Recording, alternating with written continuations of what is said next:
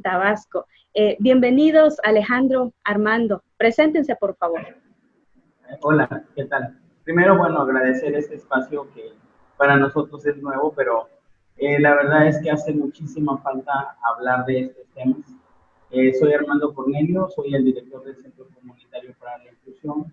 Llevamos como organización trabajando 8 años.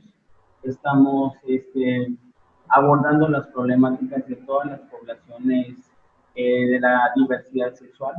Trabajamos específicamente con personas gays, lesbianas, bisexuales, transexuales, transgéneros, transvestis e intersexuales.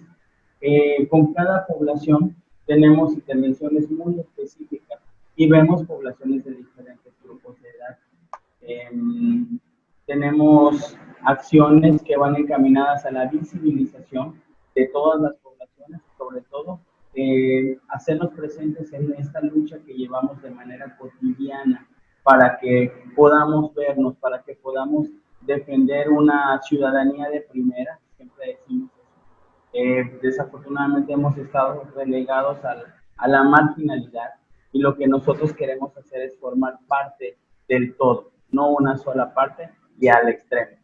Y bueno, Alex. Bien, mi nombre es Alejandro Rodríguez, soy director adjunto del Centro Comunitario para la Inclusión y para nosotros siempre es importante visibilizar las problemáticas y también todas las cosas buenas de la población LGBT.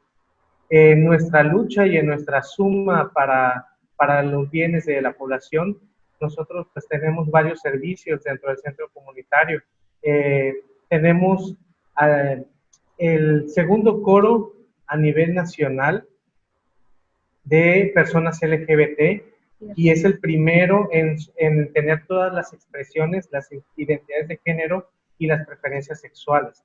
O sea, los otros coros son exclusivamente de varones gays y el centro comunitario, el Coro Diversidad Tabasco, tiene esta cualidad, ¿no? Que todos son incluidos, inclusive tenemos aliados de la diversidad que vienen a cantar con nosotros. Entre los otros servicios que tenemos el apoyo legal para cualquier situación y necesidad de la población LGBT y de otros grupos vulnerables. Tenemos el área de psicología y que es importante, digo, ahorita estamos trabajando con una campaña para que las personas LGBT y el que lo requiera, si sienten alguna necesidad de hablar, si sienten alguna necesidad de estar en contacto con alguien más, pueden contactarnos en nuestras redes sociales y ahí para que podamos apaciguar un poco lo de la cuarentena. Claro. También contamos con el área legal, que es una de las áreas muy importantes en el centro comunitario. Hemos tenido una labor muy, muy grande a favor de la identidad de género.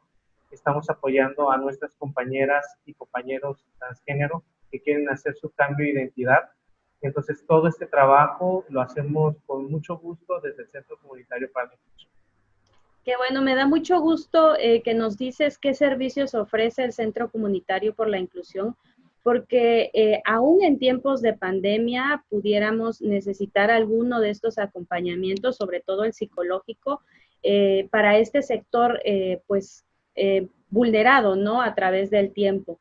Y también pues crecer esta red, aún inclusive en tiempos de pandemia. Me encanta este tema que traen ahorita, este proyecto que es la primera marcha virtual, porque si bien lo habían hecho con anteriores años, es una manifestación maravillosa de diversidad, de convivencia familiar, de actividades recreativas y culturales. Pues bueno, ahora desgraciadamente por la pandemia, como bien nos comentaba Armando, se dieron a la tarea de innovar y bueno, hacer la primera marcha virtual. Y bueno, eso está padrísimo y me encanta el lema que traen, que es Juventudes, Libertad para Decidir. ¿Por qué eligieron ese tema? ¿Quisieran comentar? Bueno, fíjate que nosotros el año pasado, por ejemplo, veíamos esta falta de visibilidad de las mujeres trans o de la población trans en general. Veíamos cómo cada día estaban siendo vulneradas y a partir de ahí elegimos, bueno, tenemos que hablar sobre ello. Pero en este transcurso, no solamente del año pasado, sino de varios años, estamos teniendo la experiencia de trabajar con jóvenes y estamos viendo que la situación de la juventud está bastante preocupante, muy preocupante. Los índices de consumos de drogas, de infecciones de transmisión sexual, incluidas el VIH, y ciertos comportamientos que los colocan en una situación de riesgo, como el suicidio también, las expulsiones de sus casas, y que los hacen más vulnerables en la calle. Decidimos, bueno, tenemos que hablarlo, ponerlo en público y sobre todo crear estrategias en las que podamos intervenir específicamente con ellos. Decirles a ellos que de alguna manera en lo que podamos contribuir tenemos que parar esto ya y tenemos que también exigir a los actores políticos que tengan que hacer también las intervenciones necesarias para que ellos y ellas puedan pues tener una vida, digamos, mucho más digna. Por ejemplo, el suicidio es la segunda causa de muertes en el caso de los jóvenes. Y hablamos de los jóvenes a nivel general porque no hay información específica, estadísticas específicas que nos hablen de la población LGBT, o sea, en general. Ahora, si hablamos desagregado de jóvenes, mujeres y de los diferentes poblaciones, mucho menos, ¿no? Entonces sí nos preocupaba muchísimo. Estamos alarmados, vamos a decirlo. Yo suelo ser un poquito así dramático en algunas cosas, pero sí me preocupa porque desafortunadamente hemos visto morir gente muy joven. En el caso del VIH, que nos pega así como que muy directamente. Gente muy joven también está infectada en este momento, está llevando tratamientos, pero también hay gente muy joven que no está acudiendo a los servicios de salud. Y eso también tenemos que trabajarlo. Hay gente que no se ha hecho una prueba para detección y hay gente que aunque se ha hecho prueba de detección, prefiere no ir. Hemos hecho pruebas de detección en universidades y desafortunadamente nos han resultado casos. Y nos gustaría seguir insistiendo, seguir trabajando en lo que va del año y tener un programa permanente que nos permita seguir incidiendo en estos problemas de los jóvenes.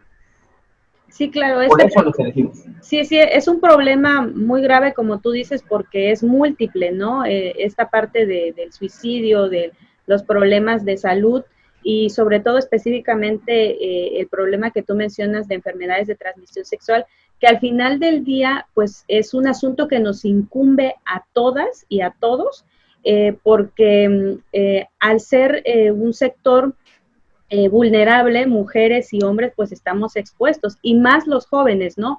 Por falta de información, por tener de repente algunas actitudes un poco informadas, pueden pues caer desgraciadamente en situaciones que los vulneren más, como tú dices. Entonces, qué bueno que el Centro Comunitario por la Inclusión está pendiente de este tema, que está dándole seguimiento precisamente, y que pues por el otro lado está tratando de apoyar y de contener a los jóvenes que a veces no tienen una red de apoyo que pueda pues protegerlos, ¿no? Porque a veces, la mayoría de las veces, el primer sector que nos vulnera o que nos violenta, pues desgraciadamente es el hogar.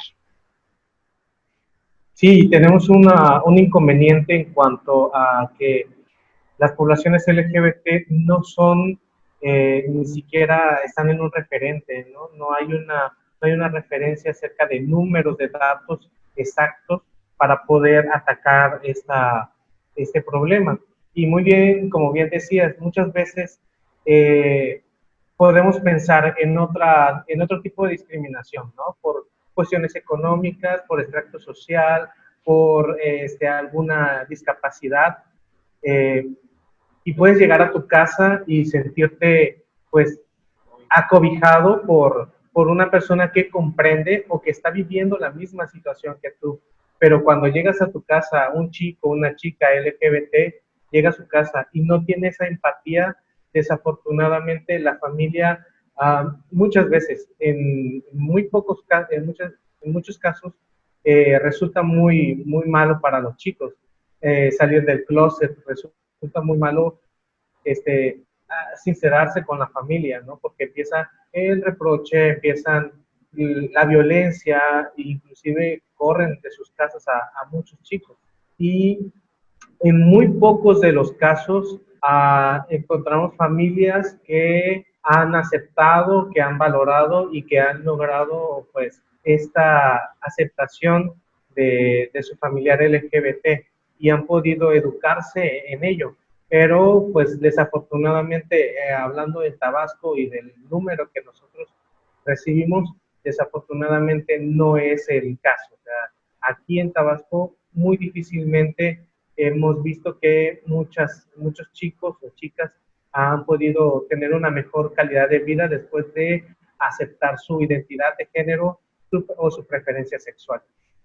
Sí, es que desgraciadamente para no sentirse ellos afectados, vulnerados, lastimados, pues necesitan de un contexto que los cobije, que los acepte y sobre todo que los respete. Yo creo que esa parte es súper importante, seguir promoviendo, no importa cuántos años hayan pasado desde que inició su lucha, yo creo que hay que seguir promoviendo esta parte de los derechos, de respetar totalmente aquella elección que nuestras hijas o hijos tengan, saber escuchar, la escucha es muy importante, estar cerca, ser amorosos, ser afectivos, no importa si somos mamás o papás, ser amorosos y afectivos porque al menos yo como madre no sentiría algún rechazo si mi hija me dijera que tiene alguna identidad o alguna preferencia o que está sintiendo algo diferente a lo que los demás llaman normal, ¿no? ¿Por qué? Porque pues son nuestros hijos y no vamos a dejar de amarlos y de quererlos, pero sobre todo hay que aprender a respetar, conocer más del tema. Eso es súper importante porque desgraciadamente venimos de una cultura, pues obviamente patriarcal, religiosa, súper conservadora, y digo, no solamente es en Tabasco, me imagino que esto pasa pues obviamente alrededor del mundo. Por eso es que esta actividad, esta lucha se sigue promoviendo y el centro comunitario hace bien en dar ese tipo de acompañamiento, esa asesoría legal inclusive, porque muchos de sus derechos, me imagino, se ven vulnerados en el transcurso de que ellos reconocen su identidad o pues promueven su libertad, ¿no? Al final del día es su libertad de expresión. Sí, efectivamente. Fíjate que primero lo que decías de la familia para nosotros es un gran reto. Sabemos que tenemos que incidir directamente ahí porque espacios que acepten y que sean amorosos con los compañeros LGBT que están en un proceso de descubrimiento pueden dar solamente personas sanas, pues. A veces hay gente que dice que la población LGBT es agresiva o que tiene ciertos comportamientos, pero no saben todo ese trasfondo que hay, ¿no? Todas esas historias de familias que han llevado a esa persona a llegar a ser así, ¿no? Y bueno, tenemos gente muy fuerte, gente muy empoderada, pero también sabemos que detrás de ellos hay familias que han permitido y que han investigado, que han leído, que saben qué es lo que tienen que hacer, ¿no? Y bueno, sí, efectivamente, los derechos de todos y todas son vulnerados de manera sistemática, diario, en los espacios de trabajo, en los servicios de salud, en la aplicación en la administración de justicia, en el acceso a la educación.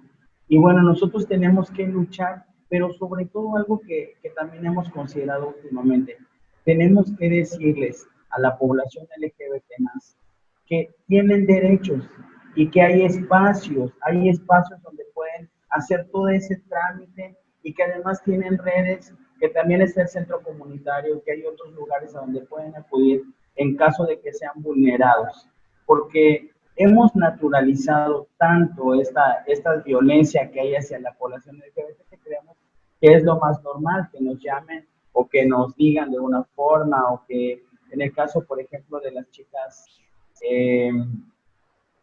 les en sus espacios de trabajo las hostiguen y tengamos encima gente que esté diciéndole, ay, mira, tú puedes cambiar, yo puedo hacer algo por ti, cosas de ese tipo, ¿no? Y entonces muchas y muchos compañeros no denuncian, muchas y muchos compañeros se quedan en el silencio porque, ay, bueno, ¿qué va a pasar? Finalmente no les van a hacer nada, ¿no? Pero justamente tenemos que fomentar esa cultura de la denuncia con nosotros. Y sobre todo lo que te decía es que sepamos que tenemos derechos, que no hay tantos, pues porque en Tabasco, de todas las leyes que hay a nivel nacional, solamente tenemos dos. La ley para evitar la discriminación y el decreto del Día contra la Homofobia. Que este decreto es para hacer acciones específicas de parte de los ayuntamientos y el gobierno estatal. Y la ley, no hay algunas cuestiones claras y, bueno, el desconocimiento, desde luego que no nos lleva a pedir esa ayuda que pudiéramos necesitar en algún momento. Sí, en este decreto, el decreto 160, no incluye, por ejemplo, en la parte de discriminación, no incluye a todas las identidades ni a las expresiones de género. O sea, solamente habla de la homofobia como tal. Pero sabemos que existe la lesbofobia, bifobia, transfobia, y por eso es importante este punto, ¿no? De poder nombrar todas las letras y poder así tener mayor visibilidad en cuanto a que no solamente existimos hombres gays o mujeres lesbianas, ¿no? Sino hay toda esta diversidad de gente bisexual, intersexual, transexual, transgénero, las personas transvestis, todo lo que incluye la comunidad. Entonces, desafortunadamente, nosotros mismos nos hemos topado con eso, que la población no sabe nada acerca de sus derechos. Sí, definitivamente. Y como tú lo dices, aquello que no se nombra, pues no existe, ¿no? Y entonces ahí andamos o anda la gente por la vida haciendo ciertas actitudes discriminatorias hacia estos sectores y pues no se les sanciona como debería de ser. En los espacios, sobre todo de trabajo, o inclusive en espacios públicos, ¿no? Donde se dan este tipo de situaciones y pueden ser sancionados, pues habría que nombrarlos, como tú dices, para que de esa forma pues pudiera ser sancionada y evitar que se realicen este tipo de actitudes que obviamente continúan vulnerando y lacerando a la comunidad. Sí, el reto es muy grande. El reto es muy grande porque tenemos que reeducar a muchísima gente. Tenemos que deconstruir y reconstruir para que puedan entender que somos seres humanos igual que todos y que en nuestra lucha no estamos pidiendo nuevos derechos, nuevas leyes. Son las mismas leyes aplicables para todos y todas. O sea, por ejemplo, el derecho a tener una identidad, a que yo me quiera llamar como yo quiero, como nos ha costado, el matrimonio igualitario, que es una lucha que emprendieron algunos compañeros de otras organizaciones hace algún par de años y han estado picando y no se abre esta posibilidad, ¿no? No se abre esta posibilidad a que haya familias. Tenemos casos de personas que han vivido, no sé, hasta 30 años juntas, imagínate. Teníamos una pareja de compañeras que vivieron 30 años juntas, llegan a un momento de la vida en la que una de ellas se enferma y pues está tan mal que pudiera llegar la muerte. Y bueno, ¿qué haces ante esa situación? Hemos estado juntas, hemos aparecido como hermanas para que nos respeten, para que no nos vulneren, pero en este momento yo no te puedo dejar lo que construimos juntas, nuestro patrimonio. Yo tampoco te puedo dar una pensión porque jamás nos casamos, porque jamás se nos permitió. Y entonces el matrimonio igualitario va mucho más allá de lo que piensa la gente, que dice, ay, es un asunto de ellos, que nada más quieren, que se quieren igualar y todo eso. No, se trata también de derechos y también se trata de respeto a lo que yo quiero, ¿no? Claro, al final del día este es un tema de derechos humanos totalmente, no se pide ni más ni menos. Las personas trans, las personas lesbianas, las personas bisexuales, transexuales y toda esta comunidad LGBT y más, al final del día solo busca y promueve el reconocimiento de sus derechos. ¿Por qué? Porque son ciudadanas y ciudadanos, que al final del día pagan impuestos, trabajan y aportan a la economía de nuestro país. Entonces, al final del día no pueden ser tratadas de forma discriminatoria, simple y sencillamente eso. No pueden ser tratadas como personas de segunda clase, tienen que ser tratadas como ciudadanas y ciudadanos mexicanos que tienen los mismos derechos, que tienen derechos a heredar a sus hijos, que tienen derecho a compartirles su seguridad social a sus parejas independientemente de su preferencia o orientación sexual. Y me parece que es cierto esto que comentas, Armando. No se está pidiendo nada más, no se está pidiendo un trato privilegiado en ningún momento, se está únicamente pidiendo lo que es de acuerdo a la ley y eso es lo único que se está promoviendo. Pareciera que se busca otra cosa o que la intención es como favorecer a un sector, pero realmente no es así, no es así, es reivindicar únicamente los derechos que ya se tienen, simple y sencillamente porque son ciudadanas, son seres humanos. Yo lo comentaba, o sea, son seres humanos como tú y como yo, simplemente que esas personas tal vez decidieron hacer con su vida otro tipo de relación y es totalmente, cada quien es libre, ¿no? De hacer con su vida, pues, lo que quiera, ¿no?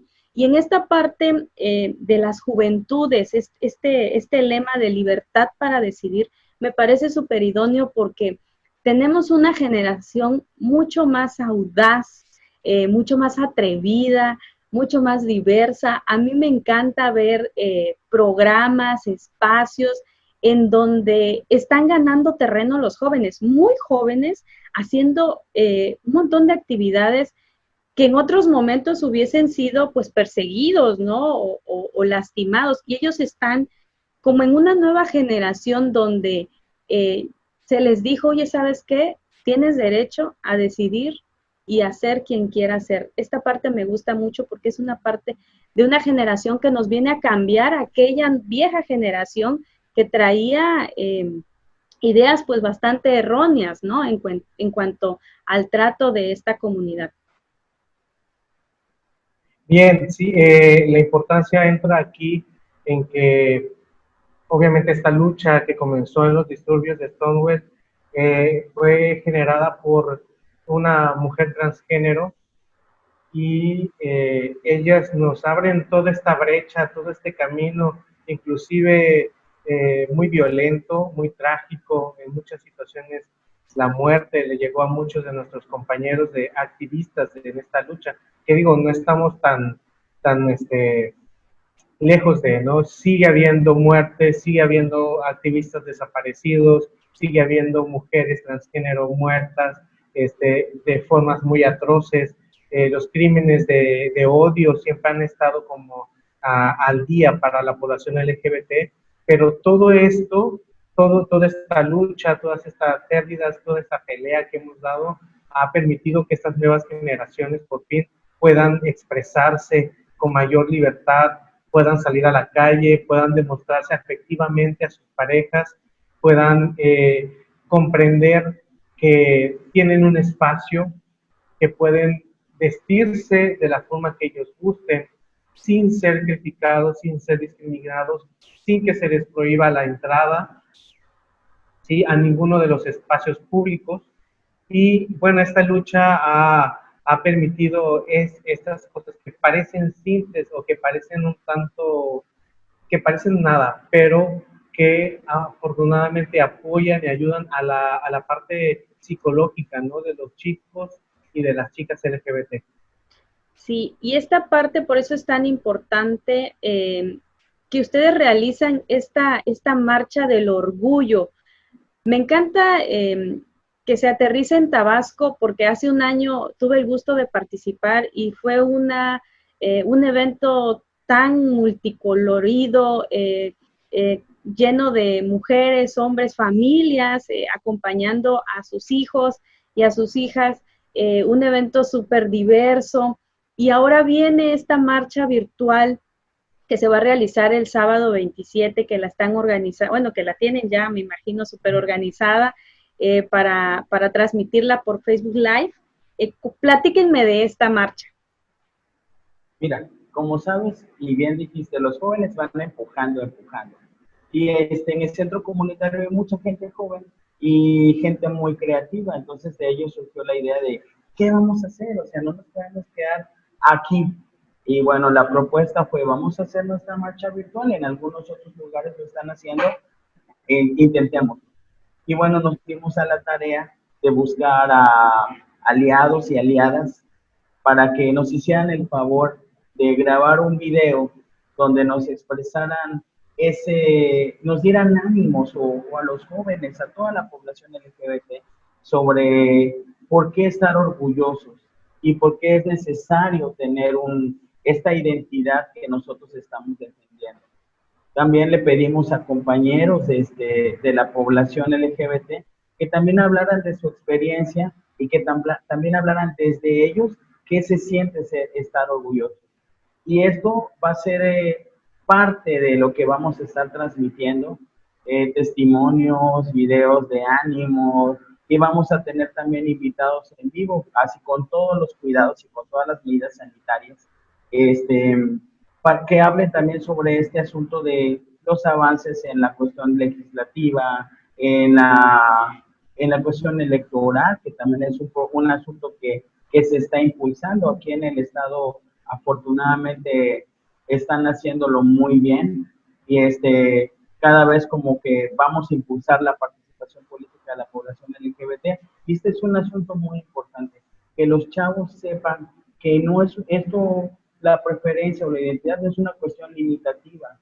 La limitante es de otras personas, porque nuestra capacidad mental, todo lo que nosotros somos como seres humanos no está limitado. Y bueno, esas son algunas de las cosas. Alex te puede completar qué más estamos haciendo. Sí, bien, la idea de la marcha virtual también llega de que otros estados están realizando sus marchas. Nosotros ya habíamos comenzado desde inicios del año a convocar a los compañeros y compañeras de otros grupos, de otros colectivos, y que quisiese sumarse para volver a repetir lo que hicimos el año pasado. Fueron más de 500 personas, pero desafortunadamente tuvimos que cortar con esta situación, pero ya teníamos todo preparado y no podíamos dejar que el diseño, el logo, el tema, todo lo que ya habíamos logrado con los compañeros, pues se quedara ahí en visto, ¿no? Se quedara en nada. Y pues hemos decidido que ese es un espacio correcto para los chicos, para las chicas, porque pues ellos están siempre en las redes sociales y pueden seguir esta manifestación, que no es una manifestación solamente de derechos, no es nada más es una manifestando para ser visibles. Y tenemos que ser visibles desde casa, porque no, esta lucha, esta visibilidad nunca se termina. Ser LGBT no es algo que se elimine por la pandemia o se elimine por tener que estar en casa, ¿no? Somos LGBT en cualquier momento, en todos lados, y es necesario, porque vuelvo a insistir en que la lucha no la podemos detener, los derechos allí están. Terminando esta situación, vamos a esta nueva normalidad no nos puede llevar a regresar al inicio, ¿no? Entonces, tenemos que hacer visibles en cualquier momento. Así es, muy bien lo comentas tú. Si regresamos a esa nueva normalidad, pues tiene que ser una nueva normalidad pues mucho más incluyente, mucho más respetuosa y sobre todo mucho más amorosa, porque en estos eventos y durante toda la vida y en la convivencia en nuestra casa, en el trabajo, en la calle, nosotras tenemos amigas, tenemos amigos, tenemos hermanos, familia, que pertenece a esta comunidad y que en varias ocasiones nos han comentado cómo han sido discriminados. Y esta marcha representa una fiesta, una alegría, porque se encuentran, se reconocen, se apapachan y pues transmiten al final del día a las demás personas que ahí están, que son visibles, que son personas que no están solas, que están acompañadas y que aparte es una alegría y un orgullo pertenecer a este grupo. Armando, un mensaje que quisieras dejarle precisamente pues a nuestra comunidad y que para que se anime a participar en esta marcha virtual, en la primera, como dices tú, ojalá que sea la última para que el siguiente año ya sea en vivo y a todo color, pero que se una a esta porque van a haber cosas muy interesantes. Sí, decirles que es un día de fiesta, este ha sido un mes de fiesta, pero que también es un mes de lucha. Es un mes y es un día de dar la cara, de mostrarnos, de decir aquí estamos y somos igual a todos. Tenemos que estar, tenemos que participar. Hacen falta manos, hacen falta voces. Y bueno, desde las redes, desde la privacidad de las redes, quienes no se atreven aún a dar la cara, van a también tener esa oportunidad de ver cómo somos los que estamos dando la cara y ojalá se animen en algún momento. Así es. Alejandro, ¿qué un último mensaje que les dejes pues a la comunidad y sobre todo a las personas para que se unan a esta marcha virtual? Bien, es importante que seamos visibles desde casa y que podamos disfrutar nuestra vida, porque al final de cuentas, para el tiempo que vamos a vivir, puede ser que en el último momento queramos hacer algo y ya nos vamos con el qué pudo haber, qué pasaría si yo hubiera, ¿no? Ese hubiera que siempre es dañino para nosotros. No nos podemos permitir fingir algo que tal vez no somos, fingir algo que no queremos ser, ¿no? Pero tenemos que romper con esa barrera. Digo, cada quien en su tiempo, cada quien en su momento, pero siempre firmes y siempre fieles a lo que nosotros queremos. Así es. Pues Alejandro, Armando, les agradezco muchísimo su participación y obviamente a nombre de la maestra Nelly del Carmen Vargas Pérez, pues les agradezco esta información que nos traen, llegar a más población, sobre todo ser más incluyentes, más respetuosos de este sector de la población que muchas veces pues se ve vulnerado, ¿no? Tratemos de ser mucho más abiertos en ese sentido y participemos en esta marcha virtual el día 27 de junio a las 3 por Facebook Live. Ahí estaremos seguramente participando, acompañando y cobijando, por ejemplo, por favor, a nuestra comunidad. Y pues les agradezco su participación. Muchas gracias. Muchas gracias. Les dejo por último precisamente la promoción de este maravilloso evento.